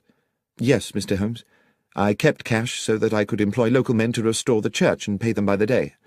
I have little time to run to the bank and make a withdrawal every time a man finishes plastering a wall." "The money was under lock and key?" "Yes. There is a safe in the crypt where the church's small treasures have always been secreted." "And the crypt itself is locked?" "Yes. It can be entered either from within the church or by a door leading from the churchyard, and both those doors are locked at night. Mr. Holmes, I do hope you can help me with this. I don't know how my flock will ever forgive me if that money is not returned." Then perhaps, if you can bear to go over it all again, you would be so kind as to tell Dr. Watson and myself the circumstances of the robbery." "Yes, of course. 2 weeks ago, looking out of this window on a Monday morning at about 11, I saw a man— I'm fairly certain it was a man— standing at the lich gate and looking over into the churchyard. I would not have given this a moment's thought, except that he wore a hat with an unusually wide brim and had it pulled so low over his eyes, and his collar so high that one could not distinguish his features. As I say, I cannot even be certain it was not a woman, except for his way of moving. I watched him for a good 10 minutes before he turned and strode back along the lane towards the village. That same afternoon, this time from an upstairs window, I saw him again, but now further along the lane, standing under a tree and once again seeming to study the church and its grounds. His contrived anonymity naturally put me on my guard. In the evening after those first 2 sightings, I was sitting in that very chair, Dr. Watson, which you are currently occupying, when a thought hit me like a bolt of lightning, a thought which you no doubt will be surprised had not occurred to me earlier, that this stranger might have designs on the money in the crypt. After this alarming epiphany, I spoke to my verger, Sam Manners, and his wife, May, who keep house for me. They live in Cherry Cottage, which, as you will have seen, stands on the lane beside the church's lich gate. There's a short cut from their back door to this house, which they employ when they wish to see me. I mention that because, as I think you will agree, it bears upon the matter. I asked them to report to me if this sinister figure, or anyone else unknown to them, appeared in the vicinity of the church.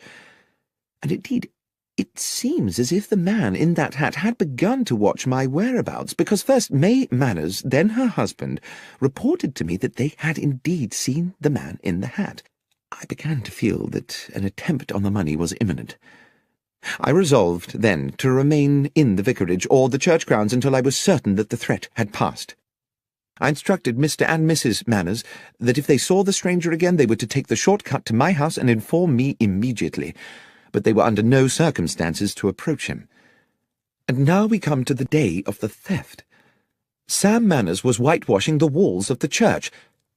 At this point Holmes stood up. "I think it would be as well, Mr. Kingsley, to acquaint ourselves with the geography of the church and its grounds. Might we continue outside?"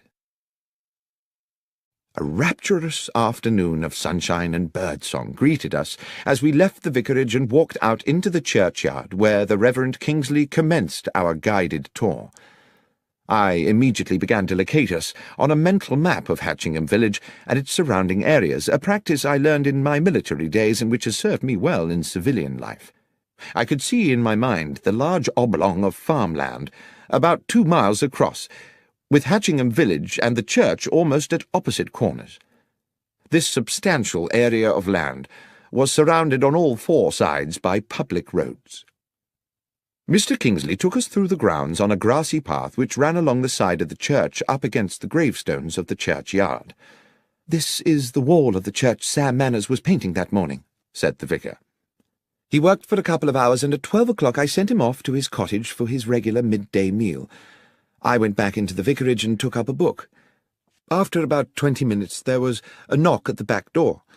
Mrs. Manners was in a frantic state. She and Sam had just seen the man in the white-brimmed hat going into the churchyard. I told her to return immediately, and to tell Sam to meet me here at the crypt door, and I came here directly to find myself staring at a spectacular mess." He pointed to a flight of 4 steps just off the path, leading to a door low down in the half-painted church wall. "The door to the crypt," he said, "from which the thief must have made his exit, and not expecting to encounter a paint bucket, presumably kicked it flying in his haste to escape." A residual expanse of powdery white, still damp in places, stained the flagstones at the bottom of the steps. "Sam was with me within seconds," continued the vicar. "We could see nobody, but we soon guessed which way he'd gone. If you'll follow me, gentlemen." The vicar led us a little further along the grassy path, to where the churchyard ended in a wooden fence. Set into the fence was a stile leading on to a footpath. "That," said the vicar, "was his escape route." Beyond the stile, the ragged footpath traversed the meadow through weeds and rough grasses, stretching away into the distance. Along this narrow track could be seen intermittent blobs of white. "And I suppose the presumption would be," said Holmes, "that the trail of white paint marks are the fleeing man's footsteps." "Yes, exactly. Obviously our man escaped across the field to Harding Lane, Mr. Holmes." My companion nodded. He stopped at the stile. "There are 2 white handprints here," he said. "A right hand and a left hand. The fellow was in some haste, as indeed one would expect." Holmes crossed the stile athletically and walked a little way into the field. Bending down, he examined one of the white marks, then plucked up a handful of grass and returned to us. "Thank you, Mr. Kingsley. I think I've seen all I need to here. Is there anything else you think might help us?" "Yes," said the vicar enthusiastically. "Back at the house." Holmes requested that Sam Manners and his wife join us in the vicarage, and a little afterwards in Mr. Kingsley's kitchen. Mrs. Manners set herself to the task of making us all tea, while Holmes paced the stone floor slowly. I sat at the kitchen table with the vicar and Sam Manners, a ruddy man in his early 40s, whom Holmes was now addressing. "So, Mr. Manners, you are the only person to have caught a glimpse of the man in the hat on the day of the robbery?" "I believe so, sir. I was at the window taking my lunch. I saw this feller in the big hat looking up and down the lane a few times as if to check all was clear, then enter the churchyard. Straight away I said to Mrs. Manners to go by the back door and tell the vicar." "And you yourself waited in the cottage until Mrs. Manners returned?" "I did, sir." "For how long?" "Not more than 2 minutes. She told me the vicar wanted me to meet him out by the church. I dashed right out." "And found the Reverend Kingsley waiting for you?" "Yes, sir, and the door to the crypt wide open, whitewash everywhere." "The crypt door had been locked before you went to lunch?" "Oh, yes, Mr. Holmes, it always was." "And that was when you noticed the trail of paint?" "Exactly, sir, and set off to follow it. You must have only been a short way behind the thief." "Must have been, sir, but he moved like the wind. We was across that meadow in less than 5 minutes. It's a good 4 furlongs, and never caught up to him. But what we found at the opposite side clinched it." Here Mr. Kingsley interrupted. "Sam means this," he said, and produced from a drawer a wide-brimmed black velvet hat, inexpensively made, and in shape rather resembling the sort of thing one sees worn by picadors in pictures of bullfights. Holmes took the hat and turned it around in his hands. "It was me found it, sir," said Manners.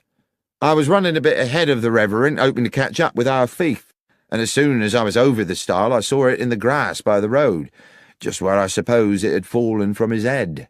"Well," said Holmes, "while I cannot see yet how that will help us, with your permission I shall take it away with me." "Of course," said the vicar. "We'll leave you then, but by way of that path across the fields. I'd rather like to follow the route taken by our escaping felon." And so it was that we made our farewells and set out from the churchyard across the wide meadow towards Harding Lane. Although it had been a week since the church thief had fled, there remained a clear trail of white footprints across the entire width of the field. The path ended at another stile, which gave onto the shaded narrowness of Harding Lane. We calculated that to return to Hatchingham village we could go in either direction around the perimeter of the meadow. We took the route west along the Pincham Road rather than going east and back via the church. As we walked, my companion looked repeatedly this way and that, into the fields at the roadside, the patches of scrubland, and the bushes and trees. "If you note anything, you must let me know, Watson." And I agreed that I would. But the fields lay bright and innocent in the late afternoon air, and the trees were populated only by birds jubilantly enjoying the sunshine. Then, as we crossed a bridge over a gurgling stream, Holmes stopped halfway. "There's something there. Do you see?" He pointed to the bank of the stream, above which a hawthorn overhung the rushing water. "Something in that bush. A pair of somethings, unless I'm mistaken." We clambered over the balustrade of the little bridge and dropped onto the bankside. The hawthorn was thick, and even at close quarters my eyes were at pains to penetrate into its depths. Holmes, using a fallen branch the thickness of his arm, smashed his way into the bush. His soft cry of triumph told me he had found something, and he reached in and retrieved in one hand a large pair of leather boots. "What do you think, Watson? Is this or is this not the footwear of our thief?" "They're certainly large, those of a very big man, I should say, and there are white marks on the soles. Should we see how they fit those prints on the church meadow?" "I think we can assume that much, Watson. But what would induce the villain to jettison his boots here?" "Perhaps," I said, "he thought he was still being chased, and knew that if he were caught wearing them he would be recognized straight away." "Equally suspicious if he'd been found with no boots at all," said Holmes, "though I suppose he may have carried a spare pair of shoes with him. Watson, it is fairly clear to me the thief is a local man. Why, unless he feared to be recognized, would he indulge in such an elaborate disguise? Let us go back to the Jolly Bulldog. That, after all, is where the locals like to congregate." In fact, on our return to the inn, we found John Hapton and Matthew Winslow, the parish committee men we had met earlier, having returned to, or perhaps never having left, the same table. As we sat down, Holmes placed beside him on the floorboards the pair of boots we had found in the hedgerow, causing the two gentlemen to look at them inquisitively. When Starkey, the landlord, arrived to serve us, the first thing he said was, "Your boots, gentlemen?" "Not ours," said Holmes. "We found them in a bush in Harding Lane." "Strange what some folks'll throw away," said the publican. "They looks in prime order to me." "Hardly been worn," Holmes replied, and then he asked, "Would these boots fit you, Mr. Starkey?" And seeing our companions on the nearby table watching, he added, "Or either of you, gentlemen?" "Not me, sir," Starkey replied, rather more amiably than I had expected. "I know my boots look weighty, but my feet ain't so big as you might think. It's just I'm subject to blisters." "But you find big boots help your blisters?" I asked, my experience of patients suffering with that condition telling me the opposite. "No, sir. To start the blisters, I need to put on 3 pairs of thick hose, so I always gets my boots well over my proper foot size." Then, rather sardonically, he said, "Thank you, though, for asking, sir." Mr. Hapton on the next table asked, "Do you mind me asking, sir, what's your interest in boots?" Holmes said, "It's an investigation we are conducting in which boots have, well, some scientific significance." Then to me he whispered as our neighbour turned away with a disbelieving grimace, "It's as I thought, Watson. We have our culprit." "Starkey? No, not Starkey. One of these—" and I indicated with my thumb the 2 men from the parish committee. "No, Watson." "Who, then?" "These boots, Watson, do you observe nothing untoward about them?" "No, not at all. They're practically new. They're of a large size. Apart from that, they are undistinguished." "On the contrary, my friend, I would say they were distinguished by a lack of paint." "I beg your pardon?" "I mean, Watson, that there are white marks on the soles, to be sure. But tell me, pray, how a man with his hands covered in whitewash could have unlaced and removed his boots without leaving marks on the laces?" "I don't know," I said, "but it would be a singular coincidence if someone completely innocent had jettisoned a pair of boots with paint on the soles." "There is no coincidence," Holmes said. "These boots were undoubtedly left here by the thief, but not in the way we were intended to believe." "Are you suggesting that you know who the thief is?" "The thief, Watson, is the Reverend Kingsley himself." "But how could it be, Holmes? There was no time for him to escape across that meadow and return to the vicarage in time to meet Sam Manners outside the church. How can a man chase himself across a meadow?" "As you know, Watson, we are due to meet the bishop this evening at Trinity Vicarage, so let us finish our meal. I will explain everything there." We had promised the bishop an interim meeting at the vicarage to advise him of our progress in the case, which no doubt the clergyman expected to be only moderate this soon after our previous meeting. But we had hardly settled to our sherry in Mr. Kingsley's comfortable parlour than Holmes declared dramatically, "You will no doubt be delighted to know, gentlemen, that Dr. Watson and I have solved the case."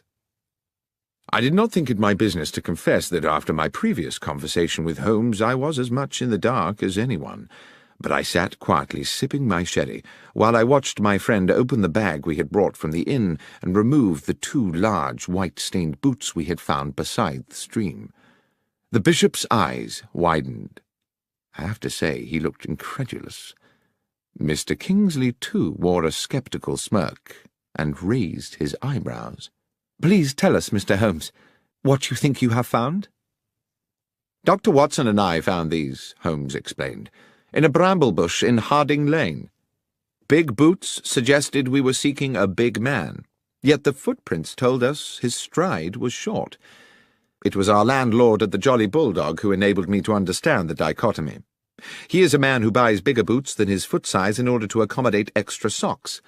Our villain, however, bought his bigger boots in order to accommodate another pair of shoes, leaving the footprints of a bigger man than he is himself. Is that not so, Mr. Kingsley?"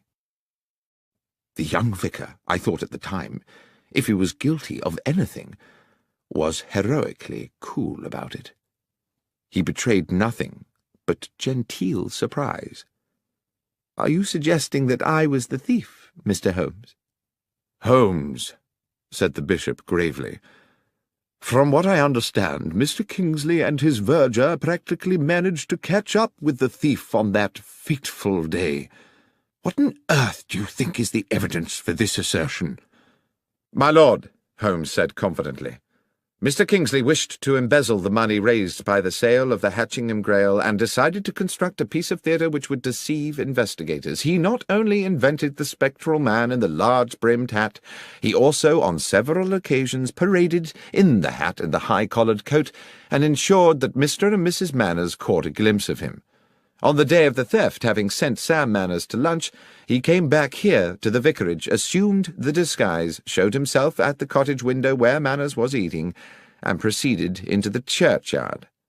Dashing back to the vicarage again, he slipped out of his cloak and hat and waited for Mrs. Manners' knock on the door. He told Mrs. Manners to summon her husband and rendezvoused with him outside the crypt door." "And then what?" said Mr. Kingsley, insolent with fury.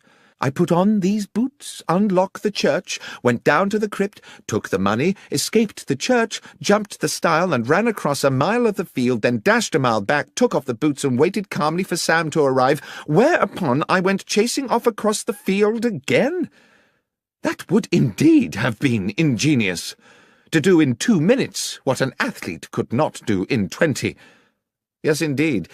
The question, as my friend Dr. Watson has clarified, is precisely, how may a man chase himself across a meadow?" "And the answer?" asked the bishop. "No one will ever know at what point you took the money, Mr. Kingsley. As the keyholder you are free to do it at your leisure, and, for all one knows, it may never have been in the crypt safe in the first place. Certainly there was no need for you to waste time on it on the day we are discussing. You wished to ensure there was just enough time with Mr. Manners at lunch for you to get to the crypt door and kick over the whitewash bucket.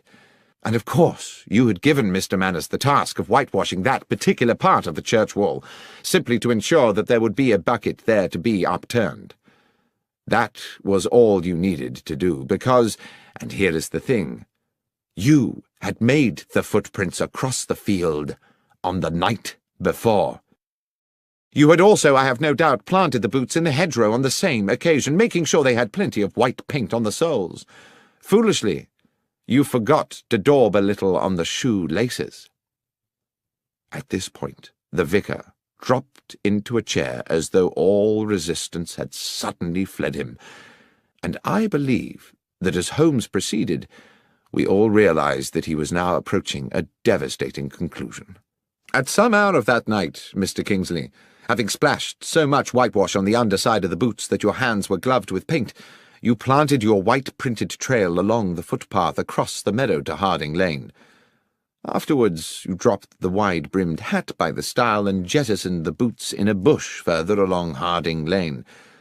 The trail of prints was therefore neatly in place for the deception next morning, and I dare say you were solicitous to keep Mr. Manners away from the stile, where he might prematurely stumble upon your, if I may so misname it, handiwork." "But one moment," said the bishop. "If Mr. Kingsley had dropped the hat the night before, how could he have been wearing it that morning?" "Well, of course, that's simple," said Holmes. "There were two hats. And finally, there was the question of the keys." "What question was that, Holmes?" I asked. "I don't recollect any mention of keys." "Precisely. There was a distinct absence of any such mention. Why? Because a key would have been needed to enter the crypt, and Mr. Kingsley thought it better not to raise the tricky matter of how such an intruder might have got hold of one." The pale face and slumped figure of Mr. Kingsley indicated his utter defeat.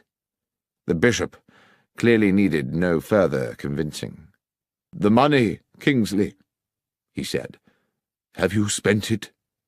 The vicar looked bitter. "I'm a gambler, Bishop. And the truth is that over the years I have burdened myself with appalling debts. I started to use the church money bit by bit. I meant to return it one day when I had a big win, but money runs through my hands like water. There's little of it left." "Then it's a matter for the police," the bishop said. "And we must find a new vicar for Hatchingham.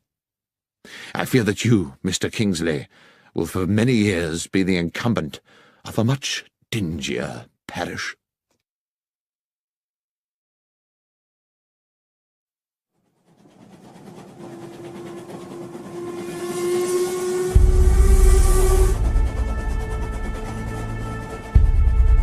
The 1059 Assassin.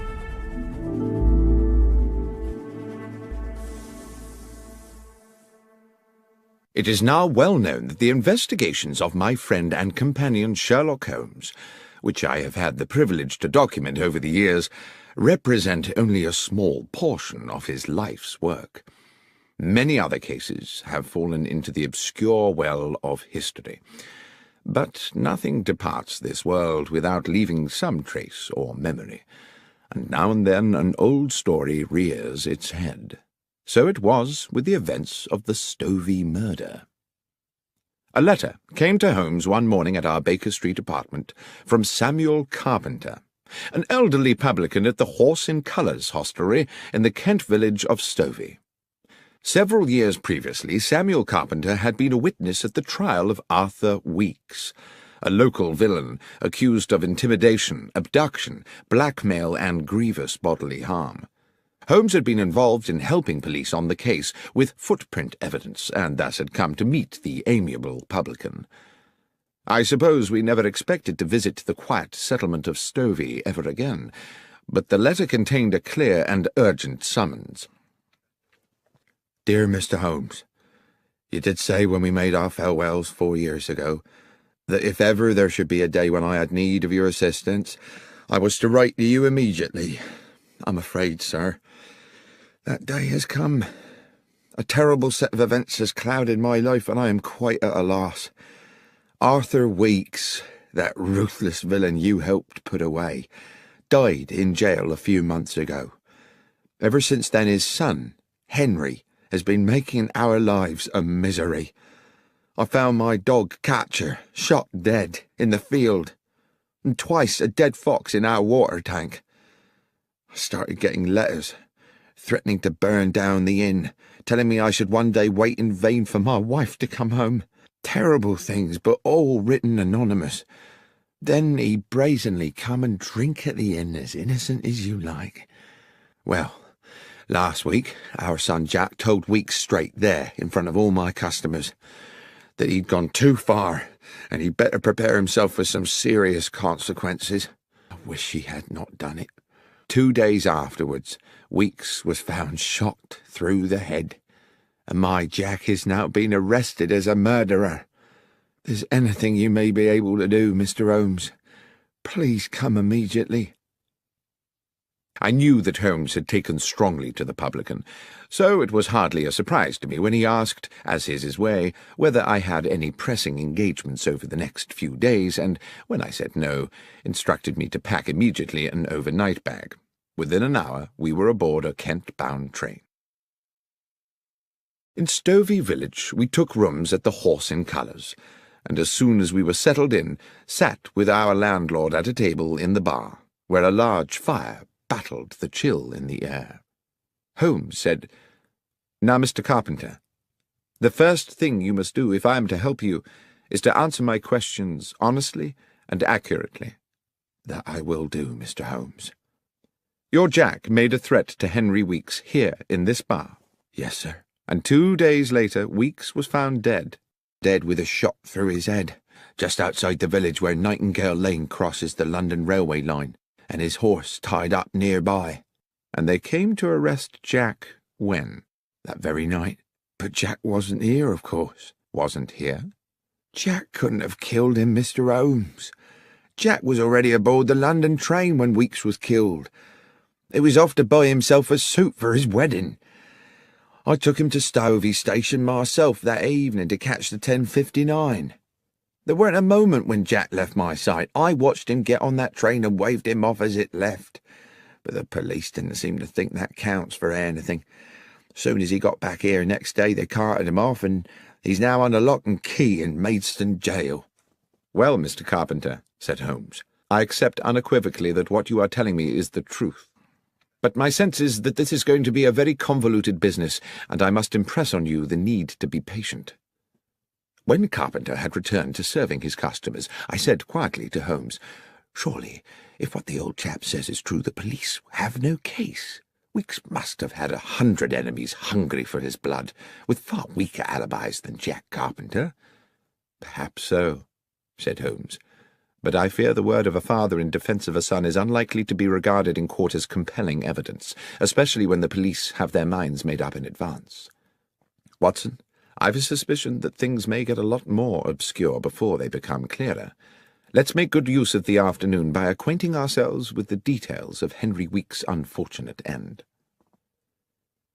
Our escort to the scene of the crime was a local policeman, Sergeant Berry, a man of stubborn practicality, whose uniform one suspected must have been artfully augmented to accommodate the spectacular rotundity of his belly. He clearly felt he had better things to do than to accompany a consulting detective to the scene of a crime when the culprit was already halfway to the gallows. Walking from Stovey village, we arrived at a spot about 30 yards from a level crossing, where the main London railway line traversed Nightingale Lane. "Darkhill Crossing.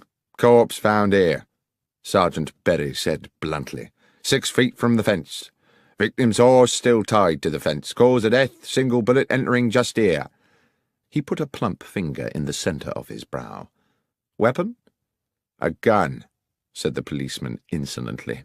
"I am aware," said Holmes, clearly irritated, "that if a man is killed with a bullet, then the probable source of the missile is a firearm. What I want to know is whether the weapon has been found, or, if not, whether anyone has deduced the type of gun from the type of bullet." "No gun found," said Berry. "As for the bullet, far as I know, it's still at the end of a short tunnel into his skull." "And the horse?" "Oh, I don't think we can pin it on the horse, sir," the policeman said with a smirk. "Sergeant Berry," Holmes was threateningly patient, "are you able to assist me in this investigation, or would it be more convenient to you if I were to apply to my acquaintances at the yard to find me an alternative guide?" The policeman looked suddenly chastened. "Just my joke, Mr. Holmes. Yes, I can take you to the horse, sir, and to the body." We saw the horse first. It had been stabled with the police horses in a yard in the village, a tall brown stallion with rather frightened eyes. When young, it must have been a formidable creature. Now it looked ragged from a lifetime of hard riding. Holmes looked it over carefully. The animal was skittish, seemingly distressed, and tried to pull away when Holmes held its bridle to examine its head. I watched rather nervously as my friend entered the stable bay and walked round the animal, which threatened to jostle him against the walls. Then, when he reached the front of the creature again, Holmes said, "There's a mark here. A sharp wound, can you see?" On the right foreleg, just above the fetlock joint, was a slender but quite noticeable lesion, apparently caused fairly recently. Holmes turned to Berry again. "Was this mark here when the horse was found?" "I believe so." Good. Well, since we seem to be in the business of investigating wounds today, you'd better show us the way to the morgue. Incidentally, Sergeant, how well do you know the accused man? Fairly well, replied the policeman. Do you know whether he has friends, acquaintances, perhaps, of some intimacy? Well, not really that I know of, sir. He was always at his father's public house, and they were ever a close lot. Sergeant Berry stopped. He became instantly animated and businesslike. A gleam came into his eyes, and he said, "Look, there's the mortuary, Mr. Holmes, just after the church. I'll leave you to it, if I may. Just thought of something rather urgent I've got to do." And very briskly, almost running, he disappeared back towards the village. "Strange," I said to Holmes. "What do you think that was about?" "I think," said Holmes, "that I've put an idea into his head. I only hope it doesn't complicate matters." It transpired that a post-mortem on the dead man had been commissioned, but that the police pathologist had only arrived from London that morning, possibly on the same train as Holmes and myself. I knew Professor Yardley a little through my connection with St. Mary's Hospital in Paddington, and he was quite amenable to my assisting him with the matter in hand. He was a conscientious practitioner, and while the cause of death seemed evident, he thoroughly inspected the externalities of the corpse before opening it. The head wound was a clean, almost star-shaped hole, glutted with dried blood. There was no wound on the back of the head, and it was apparent that the bullet had not exited the body. "Notwithstanding that there was no weapon at the scene," Holmes said, "suicide seems out of the question, wouldn't you say? There are no powder burns to the skin, and, besides, the wound is probably too small for a close shot. I'd say the missile came from some distance." The bullet had, it turned out, penetrated the brow and lodged deep in the parietal lobe of the brain, but, as Holmes had suggested, the hole in the skull was small, and there was not the dramatic shattering of bone one might have expected from a close shot. Suicide, Professor Yardley concurred, was not a possibility. "We are certainly looking for a murderer, then," I commented to Holmes as we wandered back towards Stovey.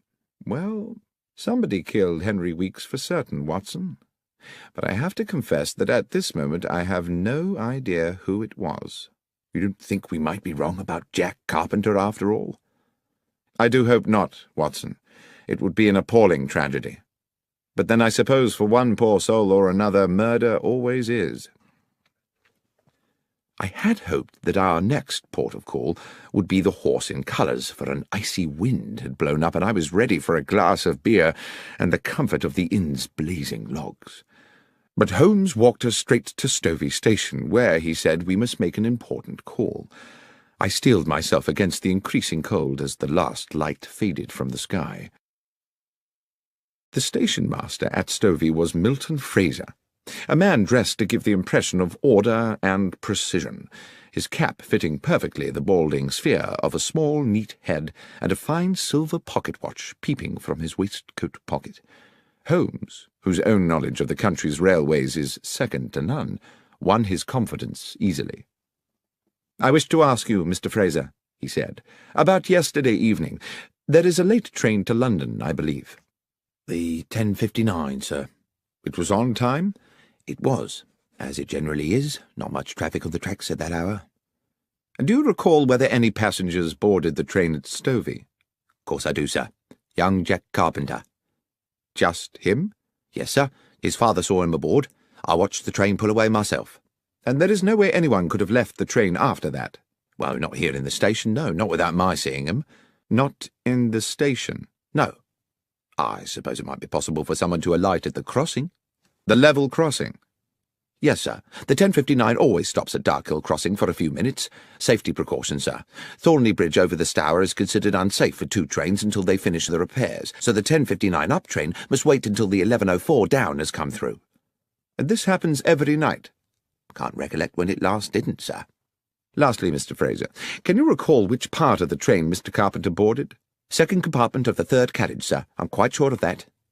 "Thank you, Mr. Fraser. You've been more helpful than you know."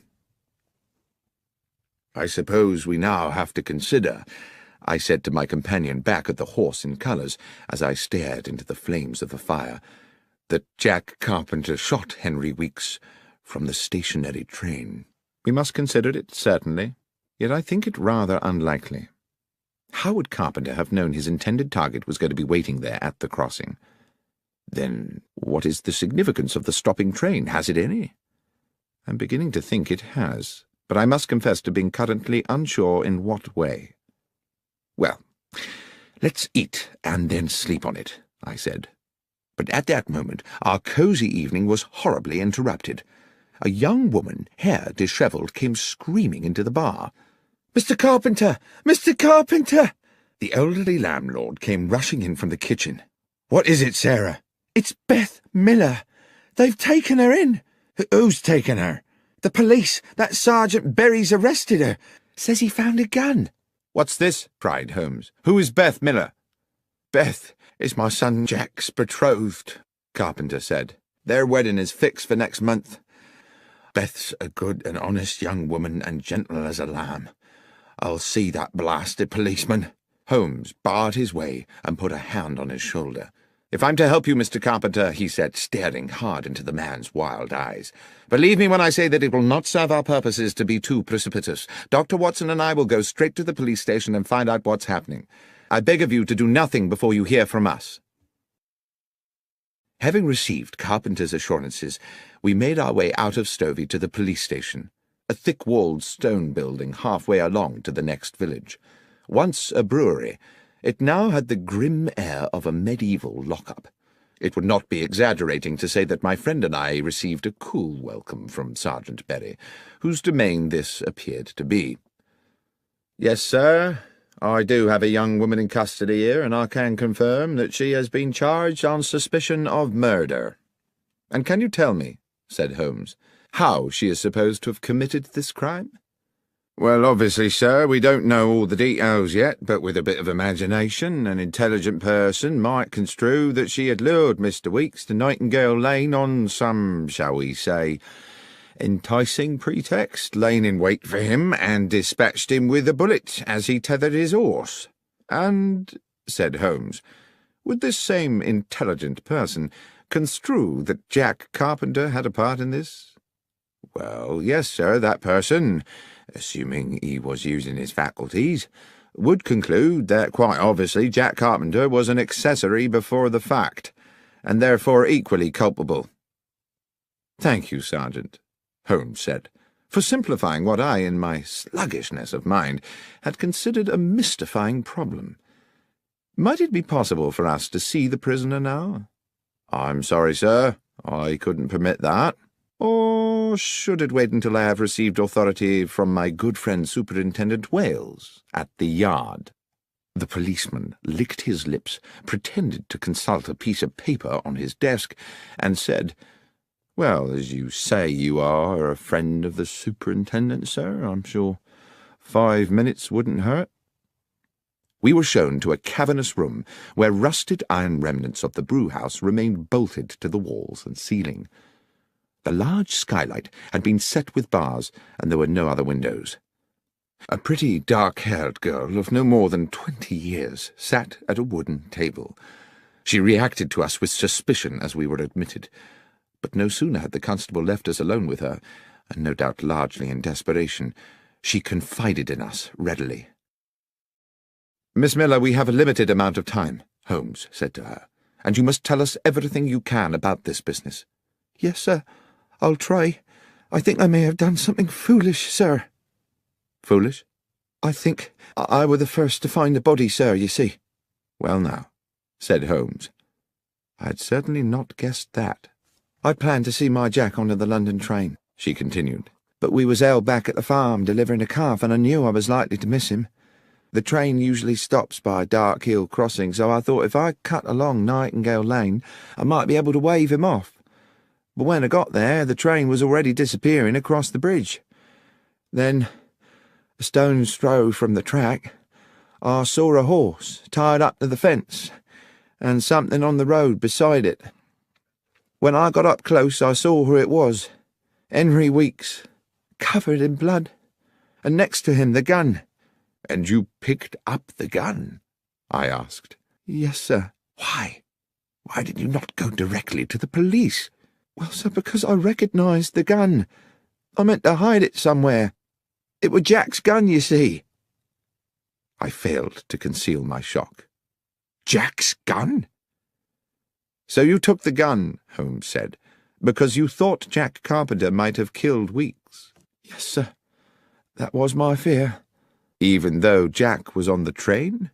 "I didn't know how long Weeks had lain there, sir. It's a lonely place, and he might have been there for hours. So that didn't look good for Jack, departing as he did the very same evening.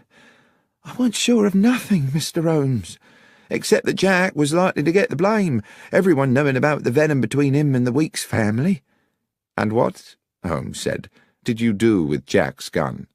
"Wrapped it in my shawl, slung it on my shoulder, and took it home to hide it. But I was unlucky. On the way I passed Sergeant Berry. I think he must afterwards have puzzled over my strange burden, for he came today to search the cottage, and that's when I was arrested." "But Holmes," I said, "if the murder weapon was beside the body, doesn't that at least establish Jack's innocence?" "Unfortunately not, Watson. The assumption we had made was that the murder occurred while Jack was on the train. If it happened well before that, I fear that either he or Miss Miller here remain the prima facie suspects." "But I didn't kill Henry Weeks, sir. I swear to God." "I don't believe you did, Miss Miller, but we have to convince the police of that. Be hopeful."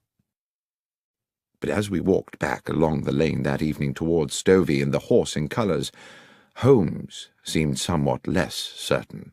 "I have little to go on at this moment except instinct, Watson. I do not feel that Jack Carpenter killed Henry Weeks, and I feel even more strongly that that young woman did not do it either. But feelings, I'm afraid, are not evidence. Let's hurry back to the inn and hope the bar is still available to us. Then we can make an assessment of these matters in comfort." The inn was closed to customers when we arrived, but Mr. Carpenter hastily provided us with a bottle of whisky and some bread and cheese. The fire was still glowing bright, and I sat there for a good hour while my friend went away to ask some questions of our host. Eventually, he returned and reclaimed his seat beside the fire. "Can we number the suspects in this case, Watson?" "Well, apart from Jack Carpenter and the girl Beth Miller," I said, dropping my voice, "I suppose Jack's father, our landlord, is another possibility." "Yes, and since we know he saw Jack off onto the train, either he or his son would have needed to commit the murder some time earlier. But how early? I've just spoken to him at length. He assures me, and I believe him, that there are plenty of people prepared to swear that both he and Jack were here all afternoon, and Beth spent the day at farm work. Even so, if the police go ahead and prosecute a case against one or all of them, there's a strong chance a jury might find them guilty, based purely on the assumption that they would at some time have had the opportunity. We are not out of the woods yet, Watson." "I see what you mean." "Our inquiries seem to have stalled, rather." I refilled our glasses from the whisky bottle, and Holmes puffed at his pipe. Then suddenly he said, "The secret is on that train, Watson. I'm sure that's where it is. What time is it?" 20 minutes to 11. "Come along. We might just get there before it leaves." It was an old cart that transported us post-haste along the hold and muddy lanes of Stovey, so that we arrived at the station splattered and not a little shaken. We were, however, in good time to meet the 10:59. Unfortunately for us, the station-master, Mr. Milton Fraser, was again on duty. Despite his obvious respect for my friend, however, he became instantly resistant on hearing Holmes's request. "No, sir. I'm afraid I most definitely cannot hold up the 10:59 London train. Mr. Fraser, this is no flippant request. An innocent young woman will spend tonight locked in a dungeon, as will her fiancé, unless I am able to complete certain essential inquiries. I ask only for 10 minutes. Mr. Holmes, my reputation may be a small thing by the world's standards, but it is very important to me. 10 minutes is a long time to delay a train. But if I can guarantee you that this will not affect your reputation, can you really do that, sir?" "Mr. Fraser, you have my word on it." A long, thoughtful pause. Then, "Very well, Mr. Holmes. I'll do as you ask." When 2 minutes later the great black locomotive hauled its clanking carriages into the station, Mr. Milton Fraser went straight to the footplate and had words with the engineer. A wave to Holmes and myself, who were some way along the platform, told us all was clear, and we boarded the train. Holmes went directly to the second compartment of the third carriage, which contained just one late passenger, an elderly gentleman sitting beside what I saw immediately to be the medical bag of a general practitioner. "If I may interrupt your peace and quiet, sir," Holmes said, and having outlined his reasons, asked, "Were you aboard this train last night?" "I was," said the older man. "I take this train pretty well every night. I'm a medical man with a practice in Newbury and a home in London." "Were you in this same compartment last night?" The elderly physician laughed. "Creature of habit, sir. Same compartment every night." "And do you recollect the young man who, I believe, got onto the train at this station yesterday?" "I do, as a matter of fact. He sat there, right opposite me by the window. Pleasant young man." "Good. Now, sir, the train stopped at Dark Hill Crossing a little way up the line. Do you recall anything unusual about that?" "Oh, it stops there pretty well every night, but, well, I do remember something, as a matter of fact. The train whistled, as it usually does, to see if the down train is close enough to respond. At just that moment, I remarked a small flash of light outside the train, like the sun reflecting off brass." "And the young man," said Holmes. "What was his response?" "He seemed as puzzled as I was. He said he knew the area and couldn't imagine what it could be." "Thank you, Doctor," said Holmes. He led me briskly from the train. "We have just 3 of our 10 minutes left before the train leaves, Watson, but I think it might just be enough." Mr. Fraser was waiting for us on the platform. "All done, sir?" "One final request, Mr. Fraser. Are these the same carriages and in the same order as made up the train last night?" "Yes, sir. That doesn't change much." "Then I'll need to get onto the line to check the other side of the train." "I don't know, Mr. Holmes. The down train is due. You'll be at too much risk." "I shall be quick." And without further discussion, he re-entered the train, crossed the compartment, opened the further door, and dropped onto the down line beyond. At almost precisely that moment, we heard a whistle, and Fraser said, "By golly, Dr. Watson, that's the down train crossing the bridge."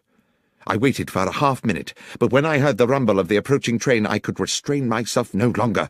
"Holmes!" I called. "Get a move on, for God's sake!" But the last words of my sentence were drowned by the roar of a locomotive thundering into the station and hissing to a halt next to the 10:59. I'm not sure what I thought had happened. I could see that Holmes had not regained the empty compartment for a terrible moment. I hovered in a cloud of anxiety. Then his head appeared, between the bottom of the train and the platform edge. He had ducked under the stationary train to avoid the incoming express. "Holmes, are you all right?" "More than all right, Watson," he said as he clambered back onto the platform. "Especially as I believe I can now name our murderer." He turned to the rather shaken station-master. "The train may leave, Mr. Fraser, but there are conditions.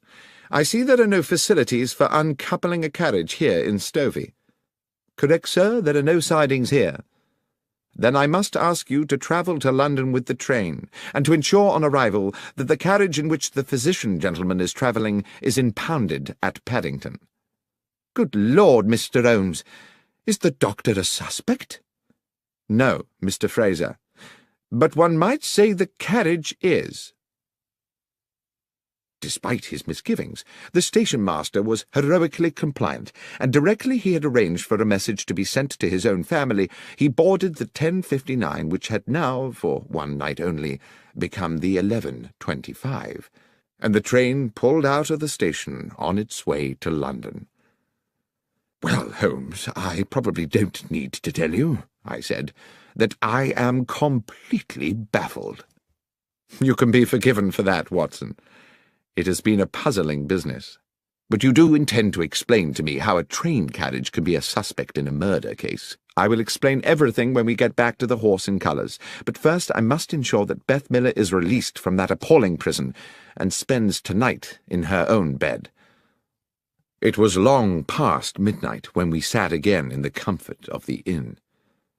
Though I had not been present when Holmes had put his theory before Sergeant Berry at the makeshift jail, he had clearly made a convincing argument, because Beth Miller had been immediately released and sat with us now at the rough-hewn table where Samuel Carpenter, bubbling with the turn in fortune, was proving very liberal with his best ale. "So, who was it, Mr. Holmes? Who was the murderer?" "Well, that's not as simple a question to answer as you might think," said Holmes. "The simple answer is that Henry Weeks was the murderer." "Do you mean it was suicide?" I said. "Well, Watson, whatever we call it, there is no doubt that when Henry Weeks fired the gun, it was to murder Jack Carpenter." Around the table, Mr. Carpenter, Beth Miller, and I, all wearing similar baffled expressions, sat staring at Holmes, waiting for him to elucidate. "Henry Weeks," Holmes said, "went to the spot with the intention of killing young Jack. He knew the train would stop there, and he meant to get a shot at his victim through the carriage window. Things seemed to be going well for him. Jack Carpenter was sitting on the stovey side of the train, so Weeks would have had a good view of him from the lane. Here is what I believe happened. Weeks took aim, but at the very moment he was about to squeeze the trigger, the train blew its whistle.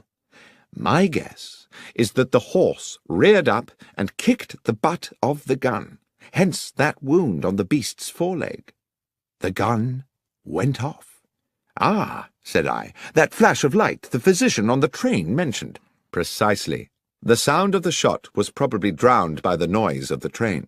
The gun barrel now tilted down, its aim sent low. The bullet hit the wheel bogie of the carriage. The mark on the metalwork is what I was so keen to check this evening, and ricocheted back to strike Henry Weeks." "So the train wheel was the killer," I said. "As I say, one could impute the train or the bullet or even the horse as accessories, for all were material in the death. But the fact of the matter is that Henry Weeks, in a rather elegant example of poetic justice, inadvertently murdered himself." Holmes and I took the first train back to London the following morning, passing on our way out of Stovey Station the sight of Weeks's lonely death. "What put you on to it, Holmes?" I asked. "I suppose you could say, Watson, that human goodness put me on to it." "Not deduction, then?" "Samuel Carpenter, his son Jack, Beth Miller. Good people, Watson. We were, if my instinct about them was correct, distinctly short of homicidal candidates. Then you'll recollect the nature of Weeks's head wound. Clearly not suicide, as you noted yourself, because of the shallow nature of the wound. But was it a deep enough lesion to have been caused by a direct hit at close range? That set me wondering about whether the bullet might have rebounded. My examination of the train confirmed it." "You're quite right about the wound. I dare say it didn't kill him outright. The poor man probably lay there for some while, bleeding to death in the cold." "Well," said Holmes, "perhaps that bleak hour may have given him time to reconsider the error of his ways." Sherlock Holmes, The Rediscovered Railway Mysteries and Other Stories, was written by John Taylor and read by Benedict Cumberbatch. It was produced by Fiction Factory and is published by BBC Audiobooks.